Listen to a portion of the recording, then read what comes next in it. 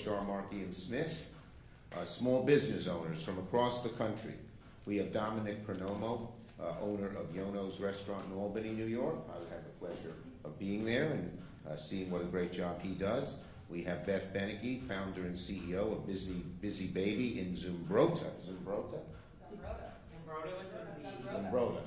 Zumbrota. That's an interesting name. We have Amy Leinbach, the owner of Big B and Little B in Cedar Park, Texas. We have TJ Samanchin, CEO and owner of Wonder State Coffee in Madison, Wisconsin. We have Andrea Deutsch, owner of Spots the Place for Paws in Pennsylvania. That's P-A-W-S. So they don't think you're resting, you know, pause.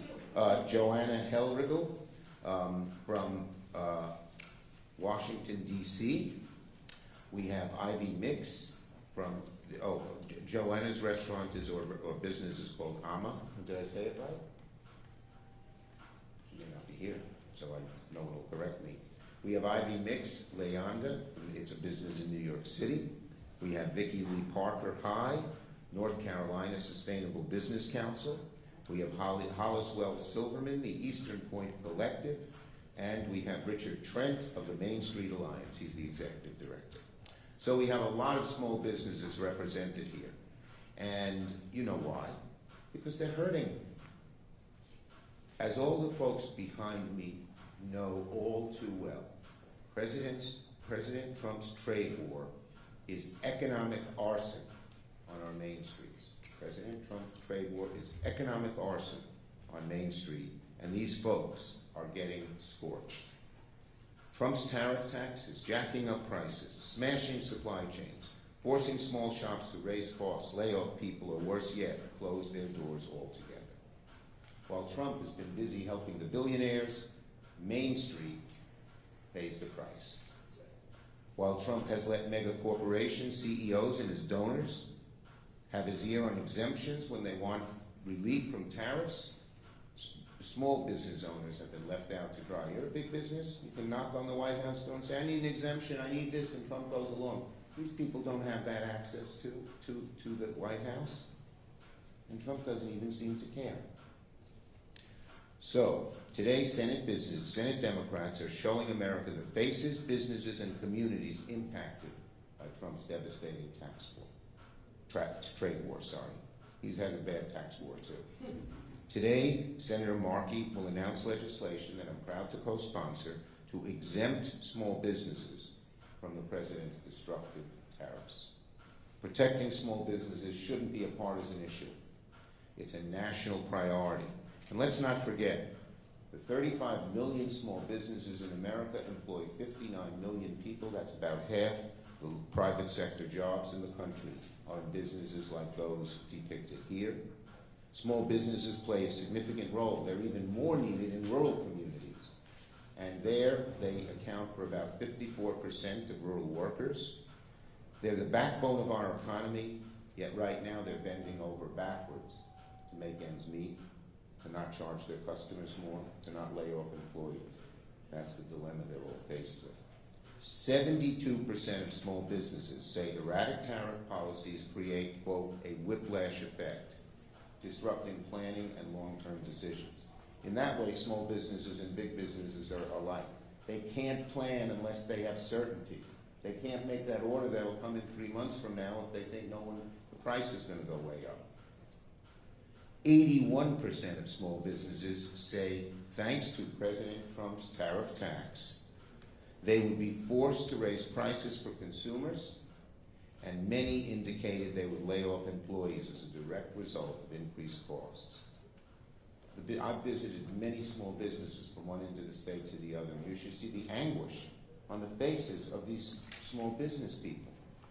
They have put their whole souls, their blood, sweat, and tears into building these businesses, into creating a team of employees, and now they're either going to have to charge their dear customers who they love more, or lay off employees who they cherish. It's an awful decision, an unnecessary decision. Already employment at the smallest of small businesses has declined by 3%, We've lost 366,000 jobs since Trump took office in these businesses. And not only did Trump put them in an awful spot, he's clueless to the real world ramifications. He was asked yesterday by Chris Welker, about small business.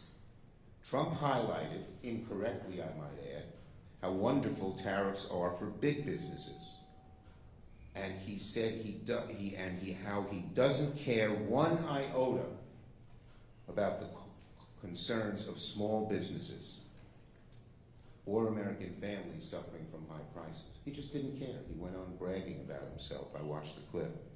When asked if he's considering relief for small businesses, Trump said, quote, "They're not going to need it." He was condescending and dismissive. Well, tell the folks behind me that they're not going to need it, President Trump. Senate Republicans had a chance last week to stop Trump's trade war, but instead, they stood with him. We are giving them another chance now by working with us to take up the Small Business Liberation Act. Senate Republicans' refusal to stop this trade war makes them complicit as Donald Trump in hurting these businesses and millions more across the country. Small businesses are the backbone of this country. It's time for Senate Republicans to grow a backbone and defend small businesses. And our next speaker is my good constituent and owner of Yono's, a great restaurant that has an Indonesian flavor to it that is just top-notch, and that is Dominic Pernomo. Dominic. Thank you, Peter. Good afternoon, everyone. Glad to be here. And just a quick note, Leader Schumer, just want to thank you once again on behalf of our industry for all the work that you did for us, for the Restaurants Act. And that's what's kept us going a lot the last 4 years. On to today's topic. The proposed retaliatory tariffs are disruptive and detrimental to all facets of the restaurant and food service industry. An industry that accounts for $1.6 trillion, or roughly 4% of the entire GDP of the United States. 1 in 10 jobs, 15.1 million in total, is in the food service industry, making it the nation's second largest private sector employer. Yet the proposed retaliatory tariffs on imports from key trading partners like Canada, Mexico, and China threaten to destabilize the vital sector, which has struggled to regain its footing since the COVID-19 pandemic. These tariffs will make it harder and more expensive to source the high-quality ingredients and goods our guests have cherished for nearly 4 decades, driving up costs to the tune of $12.1 billion and disrupting supply chains worldwide. The restaurant industry is uniquely vulnerable to supply chain disruptions due to our resilience on perishable products, some costing hundreds of dollars per pound. Ingredients like fresh produce, seafood, specialty items must be turned around in as little as 48 to 72 hours to meet the stringent health code standards and deliver the quality our guests expect. Uninterrupted flow through our ports is essential to ensure freshness and safety. The proposed 25% tariffs on imports from key trading partners like Canada and Mexico will slow this critical supply chain, risking $2 billion in spoiled goods. At a time when 13% of the United States population is food insecure, that is unconscionable. For an industry already battered by post-COVID challenges, these unnecessary tariffs would be catastrophic, driving up costs and endangering the 15.1 million jobs we support. We urge the administration to exempt food and beverage products from tariffs to safeguard our nation's food supply, protect consumers, and prevent devastating economic losses. The restaurant industry has endured relentless challenges over the past 5 years: supply chain breakdowns, labor shortages, and soaring inflation. Tariffs could deliver a devastating blow, potentially forcing closures and jeopardizing millions of jobs. Unlike other sectors, the food industry maintains a near-balanced trade profile, with a minimal trade deficit or surplus, depending on the year. Targeting food and beverage imports is a misstep that punishes an industry already on the ropes. Restaurants are more than just commerce. They are the heart and soul of any community. They're a place for us to gather, to share, to communicate, and to engage. We are the last light left on Main Street. They are often the first step of young people looking to join the workforce. Restaurants are the largest employers of marginalized people, of single mothers, of immigrants. It offers the largest access to second chance employment for those looking to rebuild their lives after being rehabilitated during incarceration, and it offers wonderful employment for military veterans assimilating back to the workforce after calling to protect our nation. We urge the administration to accept food and beverage products from these tariffs. Doing so will stabilize costs, preserve access to essential ingredients like Mexican produce and Canadian meat, and protect the livelihoods of 15.1 million American workers.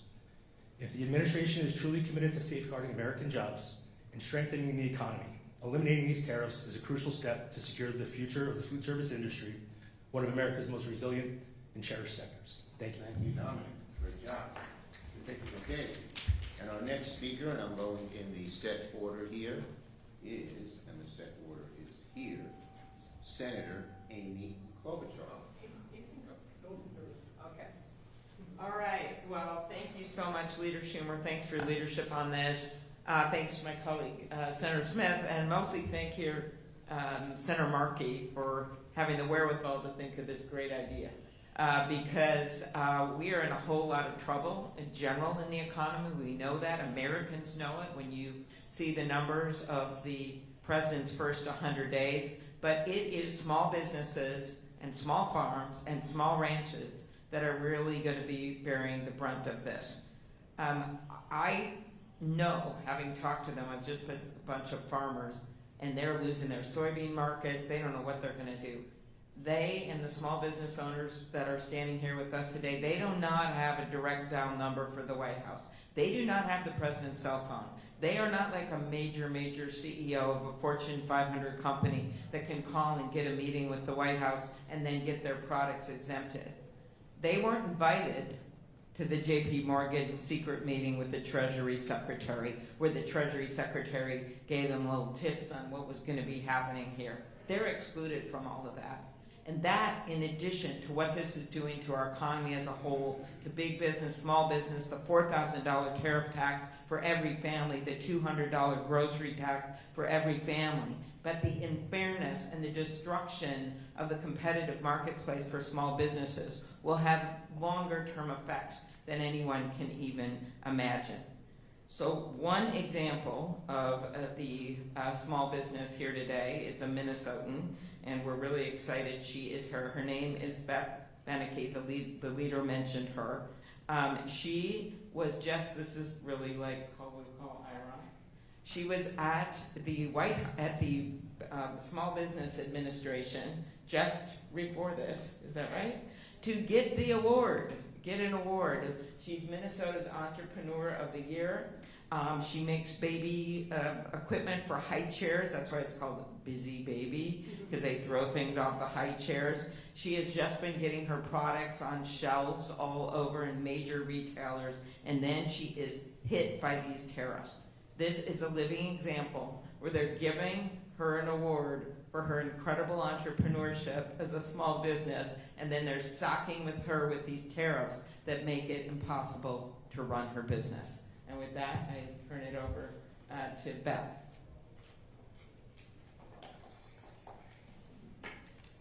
All right, I am Beth Bencki.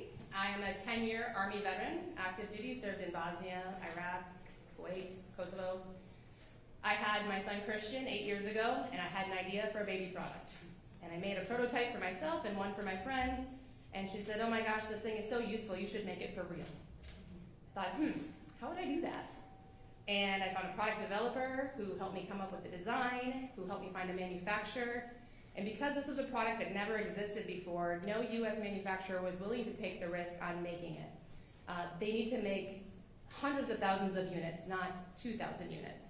So I started my manufacturing in China, and I have been having wonderful quality, wonderful relationships with my factories in China for 8 years. When I got into Walmart shelves and only had 4 months to get my product ready into the U.S. and on those shelves, they made it happen. They are wonderful partners to me, and I currently have 3 months worth of inventory sitting at my factory that I cannot bring to the U.S. I have maybe 2 months worth left in my warehouse in Minnesota, and when that's gone, I have no more revenue. I cannot pay my employees, I cannot pay my bills, I cannot pay the loans which I have leveraged my house against. So we could lose our house. I do not have the $230,000 that were just immediately dropped in front of me to get my products into the US. So I am asking, begging, for support from both sides of both parties to support our small businesses and get rid of these tariffs on US-owned small businesses. It doesn't just affect me. When I go out of business, it affects all of those contractors that I pay to help me with my business, all those American-owned businesses, my trucking company that brings me my container, the bookkeeper, accountants, and marketing teams that work with me. They now don't get to have the revenue they're getting from me, and I'm just one business that's at risk of going out of business. There are thousands of us. So this is hurting more than just people importing from China. Thank you. Well done. Senator Markey, the sponsor of our great legislation. Thank you. Thank you so much. Thank you, Senator Schumer. Thank you for all of our great small business leaders who are here today. This National Small Business Week comes during a time when small businesses are being hit hard by Donald Trump's reckless, unnecessary tariffs, his policies. Trump's tariffs are a disaster for small food vendors like those based out of Commonwealth Kitchen in Boston. Executive Director Jen Fagel is with us today. She told me that she has imports coming in from 15 countries. She's a small business. This is, without question, something that threatens her. Small businesses aren't like Fortune 500 companies. They just can't write it out. They live day to day, week to week, month to month. They just can't wait 3 months, 4 months, 5 months, 6 months, a year for something to get figured out in the White House. They live day to day.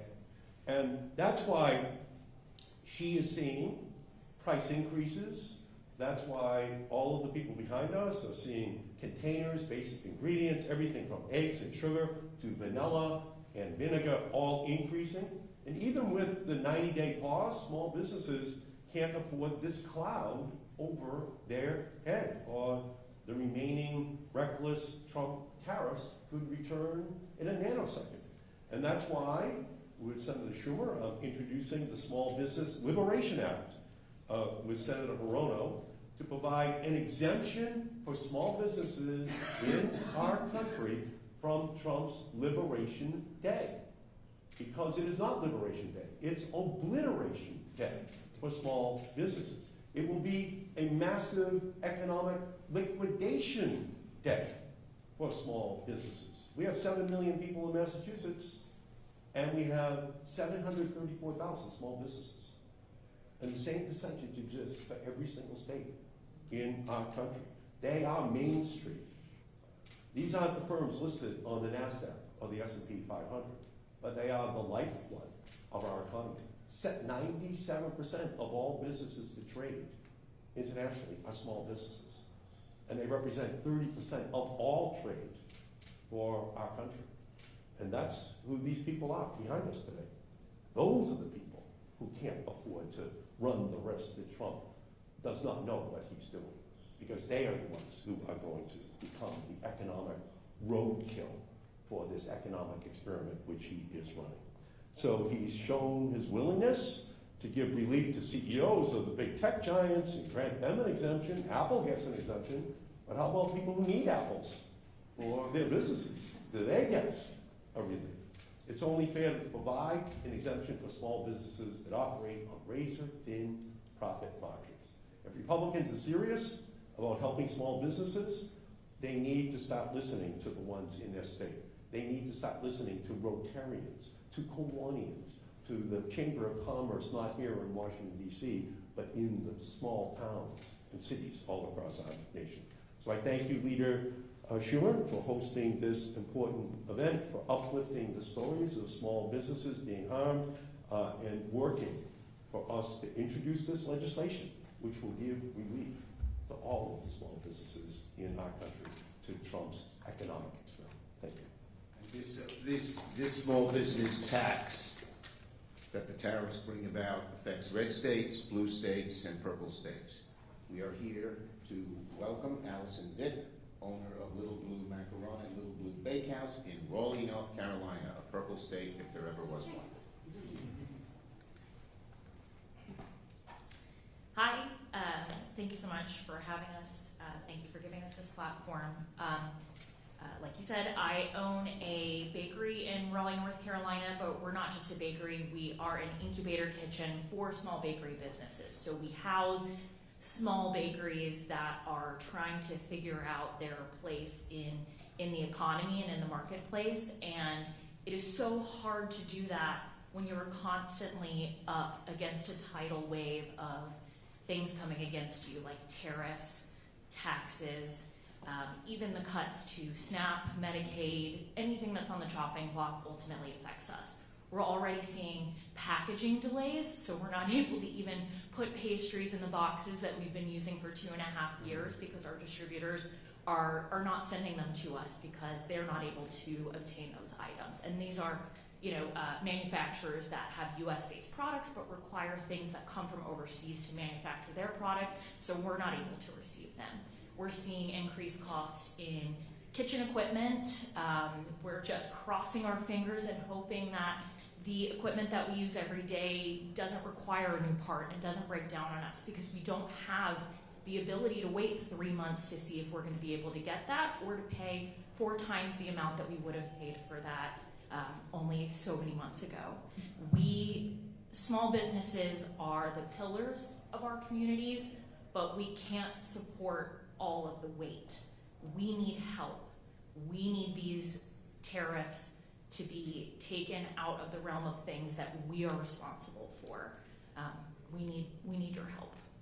Thank Thank you. you. Great job. Now we have Senator Smith from Minnesota. Good afternoon, everybody. Thank you, Leader Schumer and Senator Klobuchar and Senator Markey for your legislation, and especially thank you to all the entrepreneurs who are here today to tell about how your businesses are affected by this chaos and uncertainty that President Trump's reckless trade war is causing for all of you. My constituent Beth, who is with us today, was just named, as Senator Klobuchar said, Minnesota Small Business Person of the Year, and her baby products were making their way onto the shelves of some of the biggest retailers in the country. She should be celebrating that, but instead, she is worried about keeping her business afloat. And as Beth says, that's heartbreaking, but it is also real. And you can see from the people standing with us today that this is not a political issue for them. This is not about politics. This is about the survival of their businesses, the survival of their dreams. And I think that Beth's story shows us so clearly that the randomness and the chaotic approach to tariffs are putting small businesses like hers and all of these at risk, and they are hurting people's capacity to make payroll and pay rent, and they are hurting our economy, and they are hurting American consumers. And it is ironic that we are celebrating, our Republican colleagues are celebrating National Small Business Week this week, when what is really happening to American small businesses is just a huge challenge. Small business owners, as we know, are resilient, they are creative, and they are constantly trying to figure out how to make it work. But how can you do that when you have no idea of what is around the next corner? You have no idea how you're going to be able to control costs, and you don't have $1 million sitting in your bank account to help you navigate the ups and downs of this chaos that has been unleashed. I think that one of the things that drives me the most crazy about this is that we have big companies like Apple who have a connection in the White House. They know who to call. They have the wherewithal to give $1 million to President Trump's inauguration ceremony. They get seated right up there on the dais on Inauguration Day, when the people standing with us today have no capacity to accomplish that. And what happens? Apple gets a carve out, and these guys are left holding the bag. And that is wrong, and we cannot put up with it. Thank you, Senator Smith. Good job. We have 2 more small business people. T.J. Samanchian, from Madison, owner of Wonder State Coffee in Madison, Wisconsin, purple state. And Amy Lineback, owner of Big B, Little B in Cedar Park, Texas, a red state. We're from all over. Thank you, Leader Schumer. So my name is T.J. Samanchian, and we import coffee from farmers from around the world. And right now, I'm facing that all the coffee that we import is going to get hit with a tariff. I think the thing I want to underscore, there's been a lot of words shared, a lot of personal stories shared, but that we here, us small businesses, we are on the front line of these tariffs. We are the ones who are paying it. I had to go to my bank and ask for an additional line of credit just to finance the tariff tax. We are the ones who need to come up with the money, and if we can't come up with the money, and like in Beth's case, our product is at risk. So everything that we buy is now at least 10% more, and I don't know, we have countries that we buy from that are on the reciprocal tariff list. And so I don't even know what the cost of some of my product is going to be. It's going to be shipping to me pretty soon. And so I got into coffee because of relationships with farmers I have in Latin America and Africa, that our supply chains are very personal to us. There are real people on the other end of this supply chain. These are relationships I've developed over 2 decades in the coffee industry. These are complex supply chains, and we are at risk of disrupting that, and these are things we can't just change overnight. I think anyone who knows about business, about importing, international trade, any of that would know this. But these are the simple rules of business, that they are depending on relationships that take months and years to develop. And we are at risk of losing those relationships. So I also want to just share with my colleagues up here and asking for support for small businesses. Thank you. Thank you very much. Last but not least, Amy. Oh, let me just say your business. Owner of Big B, Little B in Cedar Park, Texas. Hi, my name is Amy Leinbach. I own Big B, Little B along with my daughter Marlo, who's here with us today. We invent planet-friendly products that make daily routines easy for families. We manufacture all of our products in China, including hers. Initially, it was out of necessity because we began manufacturing in the United States years ago, but it wasn't scalable. So we moved to China, like I said, out of necessity, and now we love working with them. They're our friends, they're our teammates. They put their heart and soul and time on the line to support our dreams. So as it stands right now, Marlo and I have a few months worth of inventory. We were one of the very lucky ones to receive a container of inventory at the beginning of March. Now, it feels a little funny to have this particular business strategy, but we intend to stretch that inventory as much as possible by pulling back our advertising and slowing our sales. Why? Because it's important for us to stay visible as long as possible so we can just stay relevant in the market. But then what? We have no orders in production right now. So when we stretch that inventory to the end of Q3, at the very latest, we run out of inventory, we lose sales, we have zero cash flow, and I don't think I need to explain what happens to a small business when you have no cash flow. And I refuse to think of where our business might be at the end of this year. We need help from both sides. We are begging you. We need this help immediately, and we truly appreciate what you're doing for us. We need more help, and we need it now. Thank you. Thank you. Thank you for these great testimonies. It's clear are 3 things, many things, but 3 things. Number 1, these people struggle in their businesses. My dad was a small businessman. I know how small business people struggle. 2, they love their businesses. 3, they hate the tariffs. And they want both sides of the aisle to come together and get rid of them for small business. Questions on this subject? Yes, ma'am. Senator Joni Ernst and Kelly Loeffler of the Small Business Administration are pushing legislation right now that would max out small business loans and double them from $5 million to $10 million. Is this a viable solution to make more capital available Well, the bottom line is, ask these people, they don't want to incur more debt. I didn't have to ask them. It just, that's more debt. One of the things small business people struggle with is the debt they have to repay. They don't need more. Tell Senator Ernst to support our bill. That's what they want. Yes. Is it an option to use Senate procedural rules to make this a privileged resolution to bring to the floor? Well, we explore every way we can look to get legislation to the floor, and we will explore this one too. Yes. Senator Markey, do you have, what have you been hearing from your Republican colleagues and counterparts on this bill here? Well, again, we have SBIR, we have STTR. They're great programs. And we're going to try to work with the Republicans to save them. But that's not who these people are. These are people who don't want to have to deal with the Small Business Administration. They just want to be left alone so they can run their businesses that they created by themselves. That's who they are. That's who most small businesses are in our country. So what we're hoping from the Republicans is that they'll listen to small businesses who, if they needed it, they would go to the SBA. But that's not what they're asking for. All they're saying is exempt us from the tariffs and we'll go back to work for the country. We'll employ people. We'll continue to increase the productivity. So we're not hearing that from the Republicans. So even the proposal that you just heard isn't relevant to their lives. Okay? They just want to be left alone on Main Street, USA, all across the country. And I'll say one thing.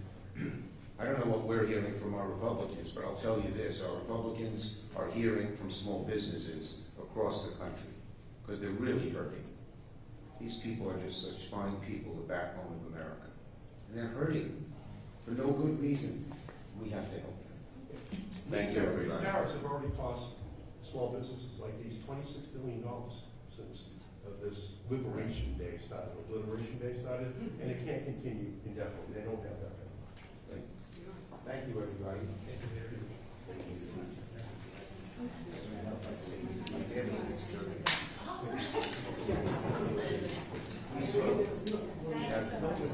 you.